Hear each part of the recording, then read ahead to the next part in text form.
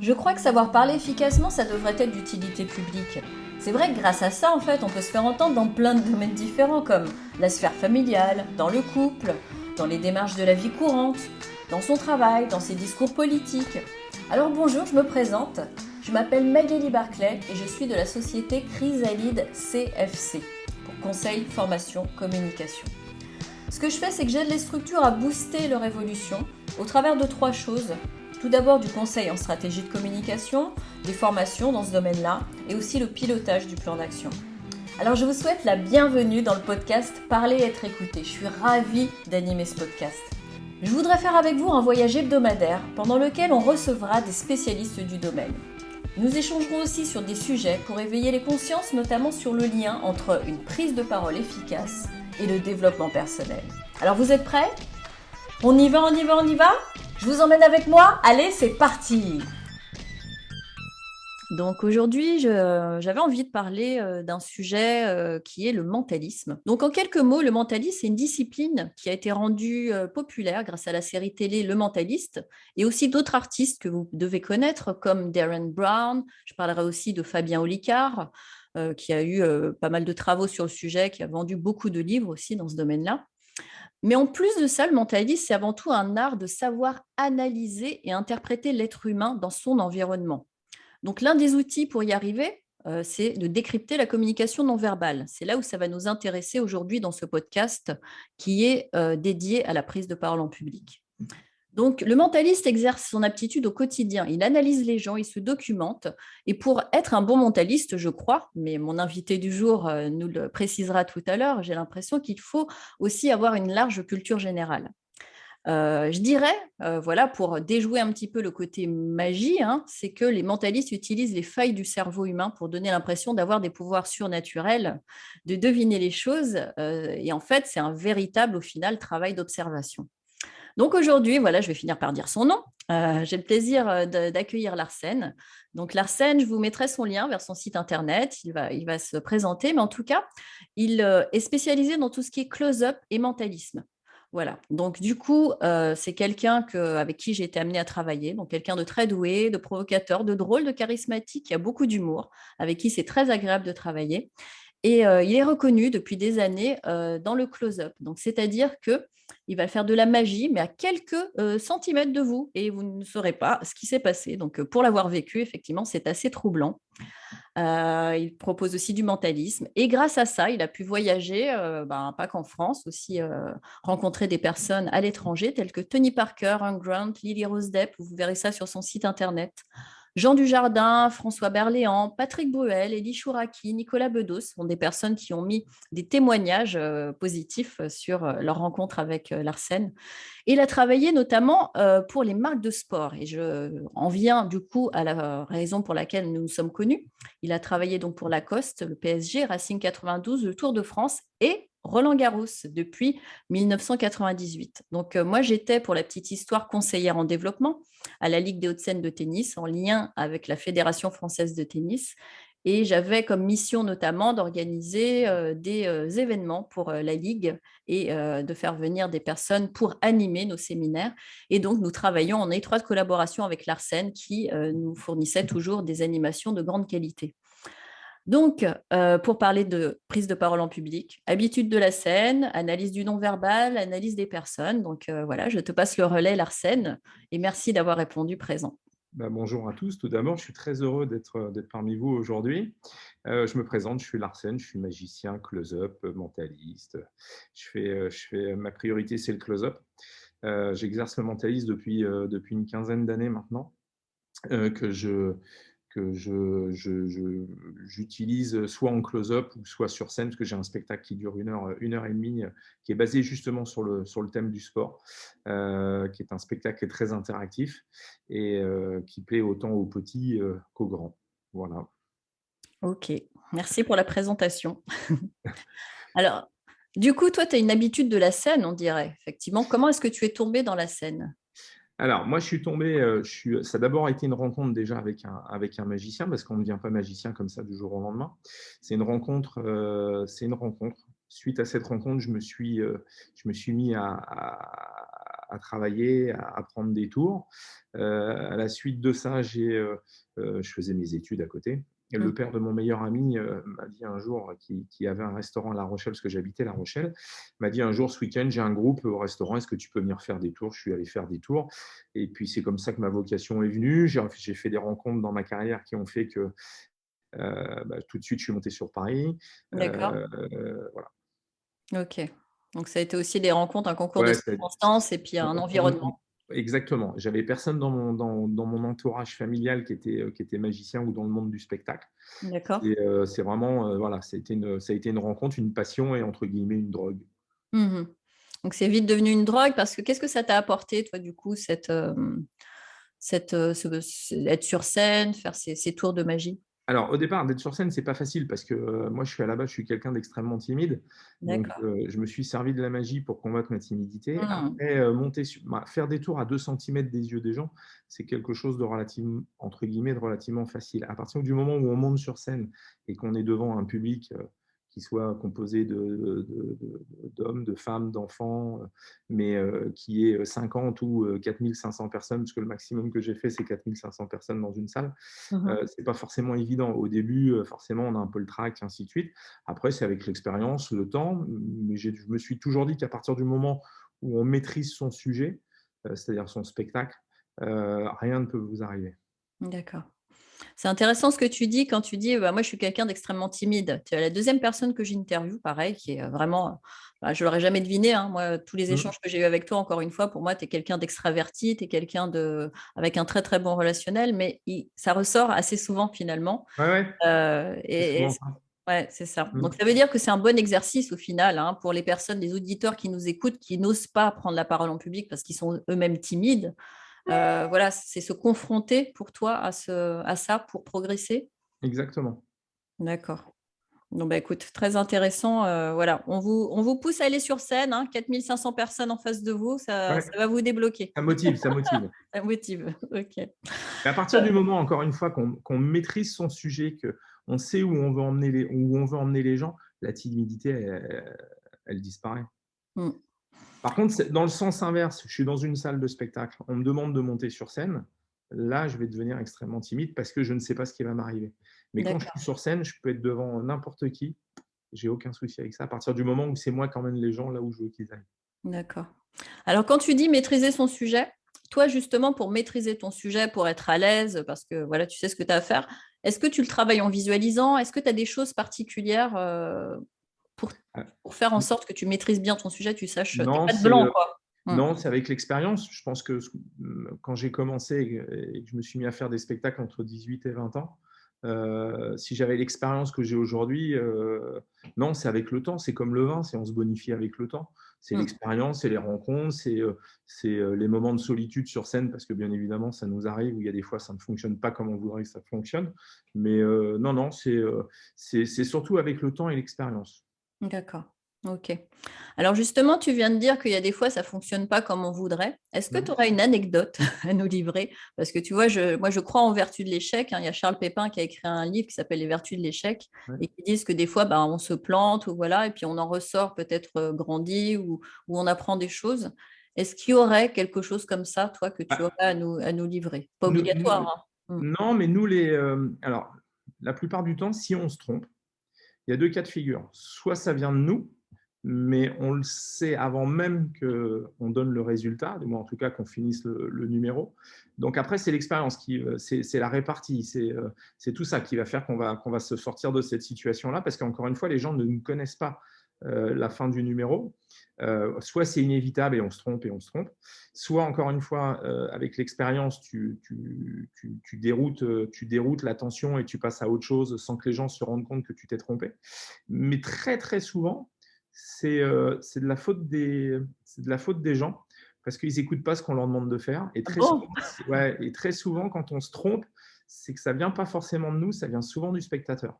Parce qu'encore une fois, quand on demande à quelqu'un de monter sur scène, qui n'a pas l'habitude de monter sur scène, et qu'on lui demande de faire des choses en sachant qu'il peut y avoir énormément du monde ou beaucoup de monde devant lui, et qui a pas cet exercice de monter sur scène, peut être vite déstabilisé et peut vite faire des erreurs et pas forcément écouter ce qu'on leur demande de faire. Mmh. Ah oui, donc ça, effectivement, Encore, ça mmh. encore une fois, on fait de la magie, on ne fait pas des miracles. Et voilà, c'est ça. Et donc ça, quelque part, il faut que tu sois habitué à ça, que tu puisses te rattraper, quoi, te rattraper aux branches, t'adapter. Exactement. Après, c'est la répartie, c'est le charisme, c'est tout ça qui fait que un tour qui peut partir entre guillemets en vrille, à nous de faire comprendre aux gens que bah, de s'être trompé, on n'a pas le droit à l'erreur, mais on essaye de dérouter les gens sur autre chose et de passer à autre chose sans qu'ils se rendent compte que on est passé à autre chose ou on a fini. Voilà. Après, on s'adapte. C'est en fonction de la situation, en fonction de la réaction des gens et des personnes qui sont avec nous sur scène. Oui, ce que tu dis me fait penser aussi, bah, tu sais, bah, moi j'ai quelques étudiants que je forme sur la prise de parole en public et Mmh. c'est ce que je leur dis toujours, ça peut arriver de se tromper. Par contre, il faut enchaîner, Voilà, continuer. c'est ça. Il faut pas C'est laisser le comme, temps il voilà. faut surtout pas Mmh. laisser le temps au spectateur de se rendre compte qu'il y a eu une erreur ou il y a eu une petite galère dans le numéro. Mais encore une fois, nous, quand on commence notre spectacle, on sait déjà où on veut vous emmener. Donc, puisque, entre guillemets, tous les jours, on a les mêmes réactions, même si les gens sont différents. C'est comme un sketch. Voilà, on sait où on commence, on sait où on finit, on sait où on veut vous emmener.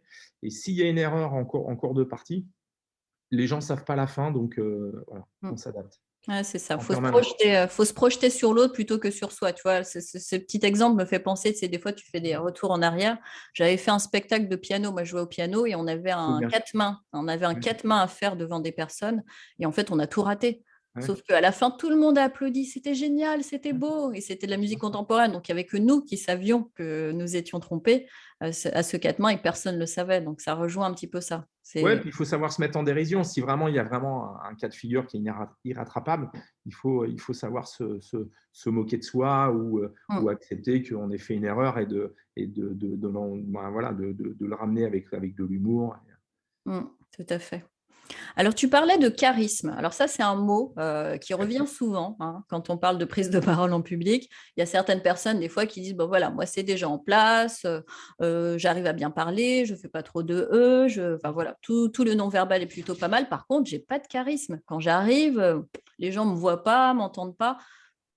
Où est-ce que tu mettrais le charisme? Quelle serait ta définition du charisme?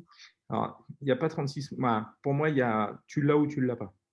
Il y a D'accord. des gens, ils peuvent tout avoir et c'est naturel chez eux. Et il y a des gens, ils vont tout faire, ils vont bien s'habiller, voilà. Mais quand ils vont rentrer dans une salle, ils dégagent rien. Et ça, il y a des gens qui le dégagent et il y a des gens qui ne le dégagent pas.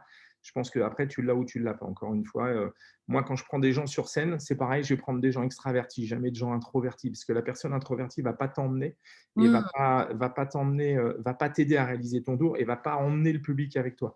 Donc, toujours prendre quelqu'un d'extraverti dans la limite où il ne faut pas non plus qu'il soit au-dessus de toi. C'est-à-dire que c'est toi qui le tiens, c'est toi qui le maîtrise. Et voilà, il ne faut pas qu'il prenne le dessus par rapport à toi. C'est pour ça qu'il faut toujours être dans le contrôle. d'accord. Mais le charisme, je pense que tu l'as ou tu ne l'as pas. Je pense que ça ne s'apprend pas. Tu as Ouais. des gens, quand ils rentrent dans une salle, tout de suite, tu les regardes et ils dégagent quelque chose. Et puis, tu en as d'autres, ils font tout ce qu'il faut pour qu'on puisse les remarquer. Mais malheureusement, ça ne marche pas parce qu'ils n'ont pas de charisme et ça, tu n'y peux D'accord. rien. Tu as des gens qui l'ont, tu as des gens qui ne l'ont pas. D'accord, ok. Et Au je niveau pense de... que pour moi, ça ne s'apprend pas. Ça s'apprend pas, tu penses? Il n'y Non, a pas une question pour moi, ça d'énergie s'apprend. de... Non, Ouais. tu l'as ou tu ne l'as pas. D'accord, ok. Alors, tu disais que tu vas prendre dans la salle des personnes qui sont extraverties. Ouais. Alors, c'est impressionnant. Tu arrives à voir en quelques secondes qu'une personne dans la salle est extravertie, toi? Ouais, juste en regardant les gens. Alors, Ah, c'est énorme. me demande Ah, pas comment je fais. ah, ça fait C'est, envie de savoir, là. Ouais. ouais, non, me demande pas comment je fais parce que c'est la question qu'on me pose systématiquement à la fin d'une soirée. Ouais. On me dit régulièrement que je choisis toujours les bonnes personnes par rapport à des numéros et ainsi de suite. Hmm. Et ça s'explique pas. C'est des sensations. Et moi, j'ai juste besoin de regarder les gens et je sais quels sont les gens qui vont m'aider. Alors, ça m'arrive de me tromper, mais c'est vraiment extrêmement rare. Euh, D'accord. mais pareil, de la même façon que le charisme, il y a des gens qui le dégagent naturellement. Il y Ouais. a des gens ils sont dans une salle, c'est des aimants, ils t'attirent et tu as envie Hmm. d'aller vers eux parce que tu sais que ces gens-là vont t'aider Hmm. et vont te mettre de l'ambiance, vont te mettre du rythme. Le rythme est très important dans un spectacle. Et la plupart du temps, c'est pas moi qui fais le spectacle, c'est souvent les gens que je fais venir sur scène. Hmm. Moi, je Ouais, suis ça- qu'accessoire. Moi, c'est ce que je dis très souvent. Je suis un metteur en scène. hmm. J'ai écrit mon film, je connais mon film par cœur. À moi de choisir des bons acteurs pour faire un bon film. D'accord. Voilà. Donc là, ça rejoint l'observation, en fait, hein. C'est même plus que de l'observation, c'est un scan intégré que tu as l'air d'avoir. Ouais, ouais, ouais. Parce que Mais plein de gens me demandent comment je fais pour choisir les bonnes personnes et encore une fois, ça ne s'explique pas. Alors très souvent, quand je suis dans une soirée, avant de commencer, j'aime bien regarder un peu les gens dans la salle. mmh, Où j'aime regarder, voilà, quand les gens s'installent à table, si pour du close-up, pareil, j'aime bien me faire un petit tour pour analyser un peu les gens, regarder les gens. Et puis ça va t'aider aussi parce que le plus important quand tu montes sur scène, c'est les 30 premières secondes. Tu as 30 secondes pour prendre l'attention des gens. Si tu rates ton entrée, c'est mort après. Donc à moi de choisir la personne qui va te mettre le feu mmh, et qui va t'aider à faire une entrée fracassante. mmh. Alors, c'est vrai ce que tu dis. Moi, j'ai l'impression qu'effectivement, toi, dans la rue, instinctivement, des fois, tu vas demander ton chemin ou tu vas parler à des gens. C'est pas toujours les mêmes, enfin, c'est toujours le même genre de personnes. Peut-être que dans les yeux aussi, dans la façon dont la personne va regarder, on a un regard déjà plus franc, peut-être plus ouvert. Je ne sais pas si tu t'es posé cette question-là sur des personnes, voilà, qui vont être plus extraverties, plus enclines à parler que d'autres qui vont plus regarder. Alors, c'est marrant parce que j'ai eu une expérience il y a 24 heures. J'étais à Bordeaux sur une convention des experts comptables. Et à un moment, Ouais. j'ai pris un jeune homme qui était extrêmement timide. Et ce n'est pas forcément quelqu'un que j'aurais pris au départ. Mais je savais pertinemment que c'était une façade. C'est-à-dire que derrière, il fallait gratter pour avoir quelque chose de bien. Et ça l'a fait très bien. Il y a des fois, on peut. Voilà, l'apparence peut être trompeuse. Mmh. C'est vrai que des personnes timides, d'habitude, je les prends jamais, mais là, je savais que c'était quelque chose de. Voilà, c'était une façade et que derrière, il fallait gratter un petit peu. Et en grattant, on savait qu'on allait en sortir quelque chose de. Mais il y a des gens comme ça les gens qui sont un peu plus forts, un peu forts, sont Ouais. des gens qui sont Et voilà, morphologie. Ouais. ouais, morphologie, qui sont très intéressants. Les gens de communautés différentes sont les Asiatiques, les Africains. Mmh. Tous ces gens-là sont des gens avec qui moi je m'amuse sur scène Mmh.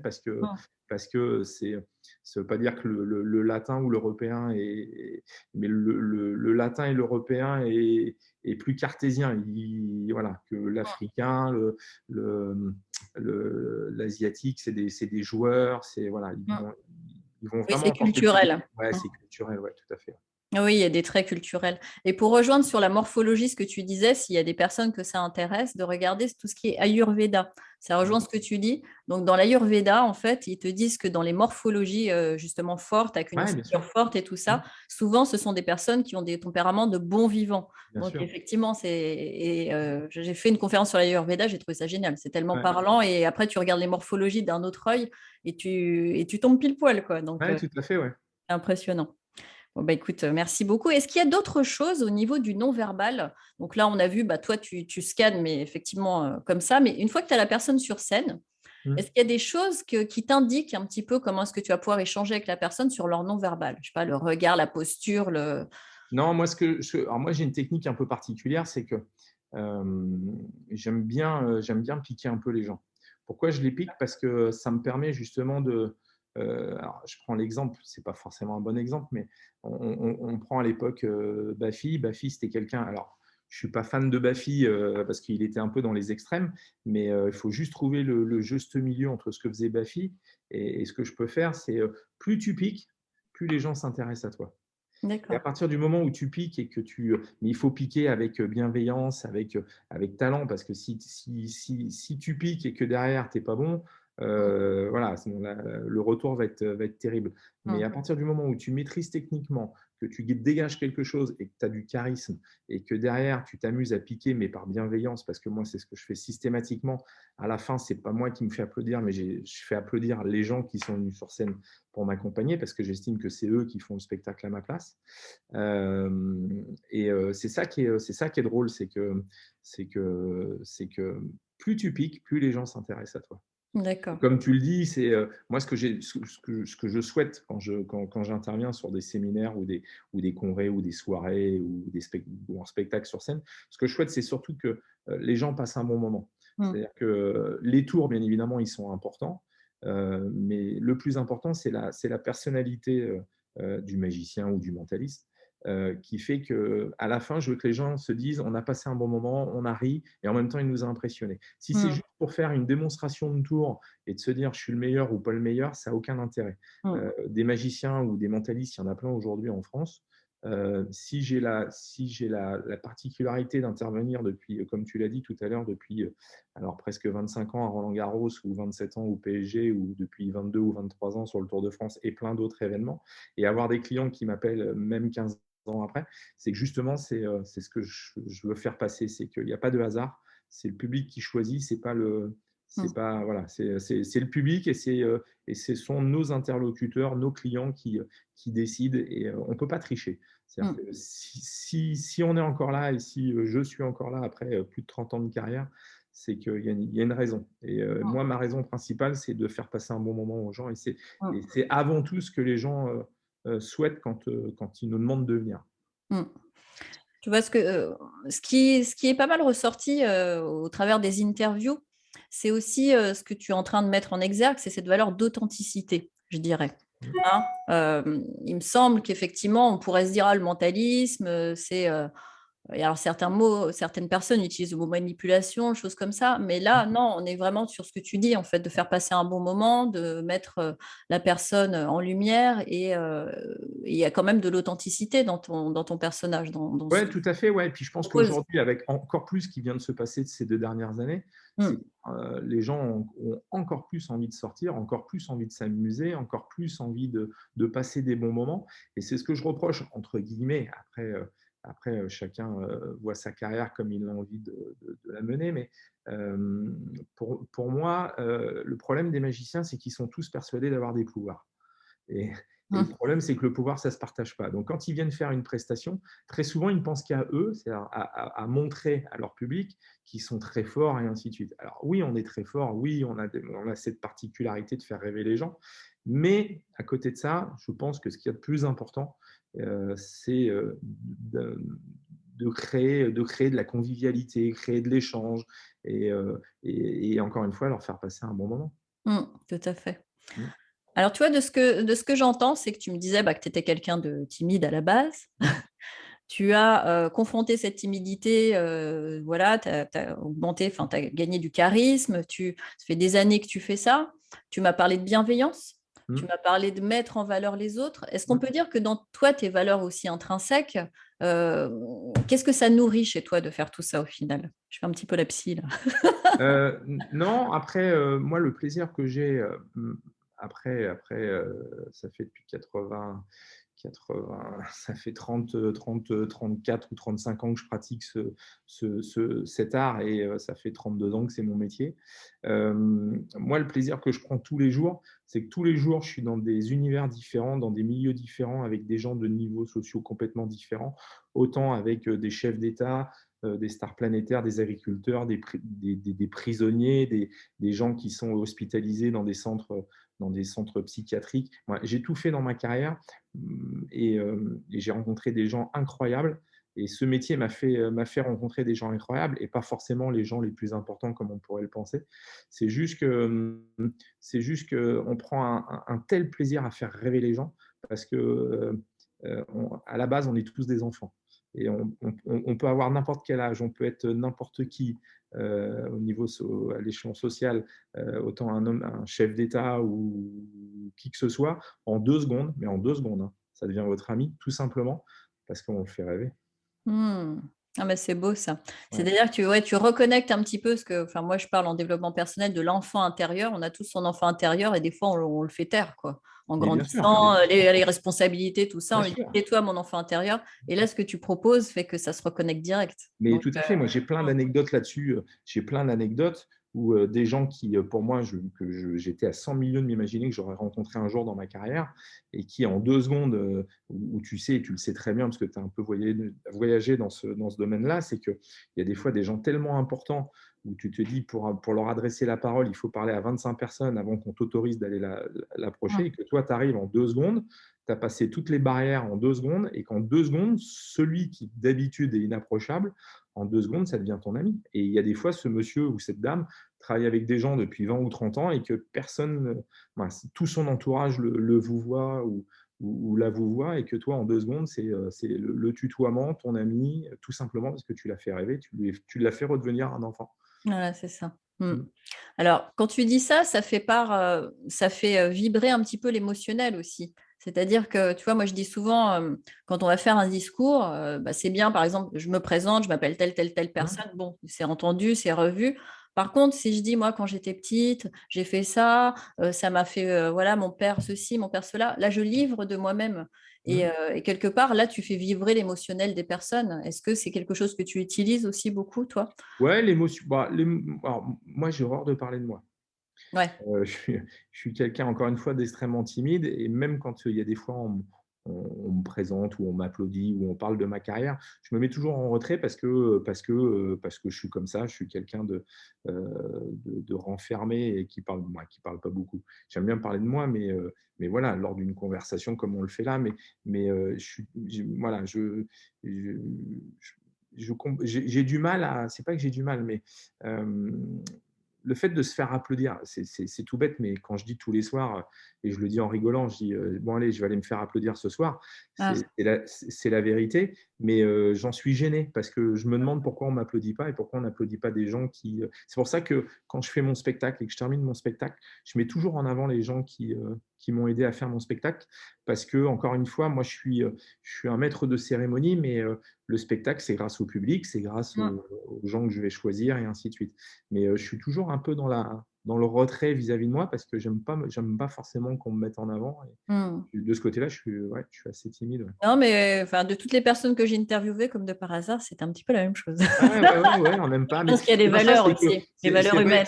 c'est vrai qu'on nous met à la lumière, on nous met sous les lumières et tout ça, mais on fait un métier comme tout le Ouais, monde. comme un autre. Mmh. C'est moi qui ai la chance de rencontrer énormément de personnalités depuis 30 ans dans ma carrière. Alors oui, quand on rencontre les uns et les autres et qu'on se dit: «Ce sont des personnalités plus ou moins importantes», mais au final, ils sont comme vous et moi, ils font juste un métier qui fait qu'on les met sous la lumière ou devant des caméras, mais le médecin a autant de mérite que l'artiste et ainsi de suite. Donc, Mmh. c'est juste que c'est un métier voilà, qu'on met en lumière un peu plus que les autres et qui font qu'on on nous met un peu dans le vedettariat ou dans le showbiz ou dans ces choses-là. Mais au final, on est comme tout le monde, hein. Ouais, bien sûr. Est-ce que toi, tu aurais quelques mots, enfin, je ne sais pas si c'est des conseils, mais des choses à partager avec nos auditeurs? Parce que tu sais, comme je te l'ai dit, donc normalement, c'est plutôt des personnes qui ont envie de, bah, progresser dans la prise de parole en public, Mmh. donc par le fait de parler, par le fait d'écouter. Bah, toi, vu que tu as quand même l'expérience, sur Mmh. scène, tu as acquis, des choses, est-ce qu'il y aura des choses que tu voudrais partager, dire à ces personnes-là? Non, je pense que, encore une fois, si elles sont timides et qu'elles ont peur de monter sur scène rien que pour faire un discours, moi, c'est ce que je dis, c'est rien ne peut vous arriver à partir du moment où vous maîtrisez votre sujet, votre intervention. À partir du moment où on maîtrise son sujet ou son spectacle, rien ne peut vous arriver. Même quelqu'un d'extérieur qui va essayer de vous déstabiliser, à partir du moment où vous connaissez par cœur le sujet ou votre spectacle et que vous voulez les emmener là où vous avez envie qu'ils aillent, après, c'est que de la confiance. Après, oui, il y a de la timidité, il y a de l'appréhension, il y a du stress parce qu'on n'a pas l'habitude de monter sur scène, on n'a pas l'habitude que les gens nous regardent et ainsi de suite. Donc, on est un peu. Mais encore une fois, à partir du moment où on maîtrise, il faut oublier tout ce qu'il y a autour et foncer Ouais. et y aller. Alors, bien évidemment, si on arrive et qu'on ne connaît pas son sujet et qu'on n'est pas capable de répondre à des questions lors d'une intervention ou ainsi de suite, c'est vrai que c'est compliqué. Encore plus quand on n'a pas l'habitude de monter sur scène. Mais moi, ça m'arrive et ça m'arrivera encore d'être stressé, mais on est plus stressé par le fait. Moi, j'ai pas de stress à monter sur scène. J'ai du stress de me dire: «Est-ce que ça va prendre?» C'est-à-dire qu'est-ce Ouais, que les voilà, c'est gens ça. vont être là et est-ce que les Mmh. gens vont adhérer à mon spectacle ou adhérer à mon discours? C'est surtout ça. Parce que, encore une fois, moi, je sais où je veux les emmener, mais si ce soir-là, pour une raison X, Y, ils ont pas envie, Mmh. d'adhérer, on aura beau tout faire, on aura beau être le meilleur du monde, si ça prend pas parce qu'il y aura eu des raisons à ça. Mmh. Hem, mais après, non, je pense que n'ayez pas peur de monter sur scène, n'ayez pas peur de prendre la parole, n'ayez pas peur de vous adresser aux autres et je pense que, plus vous le ferez, plus ça va venir naturellement.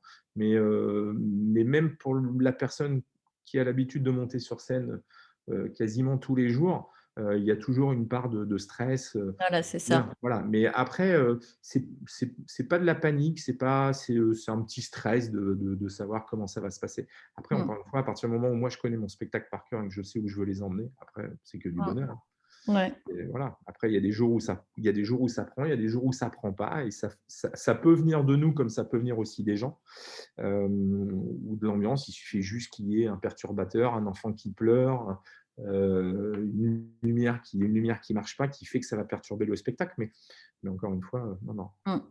Mais je suis assez contente de ce que tu as dit, notamment pour la confiance, parce qu'on se rend compte que tout le monde n'a pas la même confiance en soi. Tu vois, ça dépend de son histoire. La confiance, on peut dire à des gens, ayez confiance en vous. Bon, à la personne qui a eu une histoire difficile avant, machin, enfin, on ne sait pas toujours tout et c'est pas toujours évident. Mais en tout cas, quand tu disais que tu as vu des personnes de tous les univers, et même des personnes connues ou autres, où des fois on se dit, je ne vais pas lui parler, je ne vais pas l'aborder, et qu'en peu de temps, tu as réussi à créer la connexion, je trouve que c'est quelque chose qui peut déculpabiliser les gens en leur disant, bah voilà, il n'y a pas de il y a pas de surhomme en fait, hein. Il y a pas de surhomme. Non, Tout le monde est il y a aussi le mmh, problème que, alors moi qui les connais tout particulièrement, parce que je les fréquente énormément depuis plus de 30 ans, il se passe l'inverse aussi. C'est-à-dire qu'il y a certaines personnalités qui sont, alors pas toutes, hein, bien évidemment, mais qui sont tristes parce que justement les gens n'osent pas aller vers eux, ah oui. du fait par peur de, alors c'est sous, bah, voilà, et j'ai plein d'exemples aussi, mais c'est ouais, qui sont malheureux parce qu'il y a des gens qui les côtoient et qui n'osent pas aller les voir parce qu'ils n'osent pas aller les déranger parce que c'est une personnalité. Voilà, ça peut être dans les deux sens, mais ça peut être aussi dans le sens inverse, une personnalité qui est triste parce que les gens ne viennent pas le voir par peur de le déranger et ainsi de suite. Alors, il y a Mmh. des fois, il y a les extrêmes, il y a ceux qui dérangent de trop, Oui, mais, c'est ça. mais ça marche autant dans un sens que dans l'autre, hein. D'accord. Bon, bah, écoute. Eh ben, merci beaucoup Larsen. De rien. Je pense qu'on a fait, pas mal de tour de la question sur le mentalisme, sur plein de choses. On connaît un petit peu mieux ton parcours. Est-ce qu'on peut te retrouver, bientôt quelque part? Est-ce que tu as un message à passer sur, Bon, écoute, voilà, c'est les gens qui auraient envie de savoir ce que tu fais. non, À écoute, toi. moi, je fais beaucoup de, comme tu le sais, depuis toujours, je fais énormément d'événements, ce qu'on appelle événementiels, c'est-à-dire je travaille pour des entreprises et Ouais. voilà, je suis beaucoup dans l'événement sportif puisque j'étais encore ce week-end au tournoi Destination au Stade de France. Je serai au PSG, je serai au Stade de France encore samedi après-midi et au PSG la semaine prochaine pour le match du Real. Non, j'interviens beaucoup. Je commence à faire des scènes, des spectacles pour le grand public. Mais D'accord. quand tu as la chance de beaucoup travailler en événementiel, c'est vrai que tu n'as pas le temps de te poser pour faire des spectacles grand public, mais ça commence à venir parce que j'ai de plus en plus de demandes. Après, si vous voulez me suivre, vous pouvez me suivre sur mon Instagram qui est Larsen Magie. Mais après, voilà. D'accord, bah, je mettrai aussi le lien vers ton site internet en tout cas. Ouais, Et puis voilà, comme ça, voir. Et puis je pensais aussi mettre, moi c'est quelque chose que j'avais regardé au tout début quand je t'avais connu, c'était les liens vers le Grand Cabaret, parce qu'à l'époque, tu étais intervenu au... ouais, Ouais, dans voilà, l'émission de Patrick Sébastien, bien sûr. voilà. Ouais, ça c'était sympa. Donc je mettrai ces liens-là, comme ça les Ça gens, marche. ils pourront Super. regarder ce qu'ils veulent. Exactement. Bah, merci en tout cas, merci beaucoup Larsen, c'était chouette, Merci ces à moments toi. passés ensemble. Merci. Merci à vous et à très bientôt. À très bientôt. Au revoir. Au revoir. Parler et être écouté, le podcast qui dévoile les clés d'une parole écoutée et pas qu'entendue.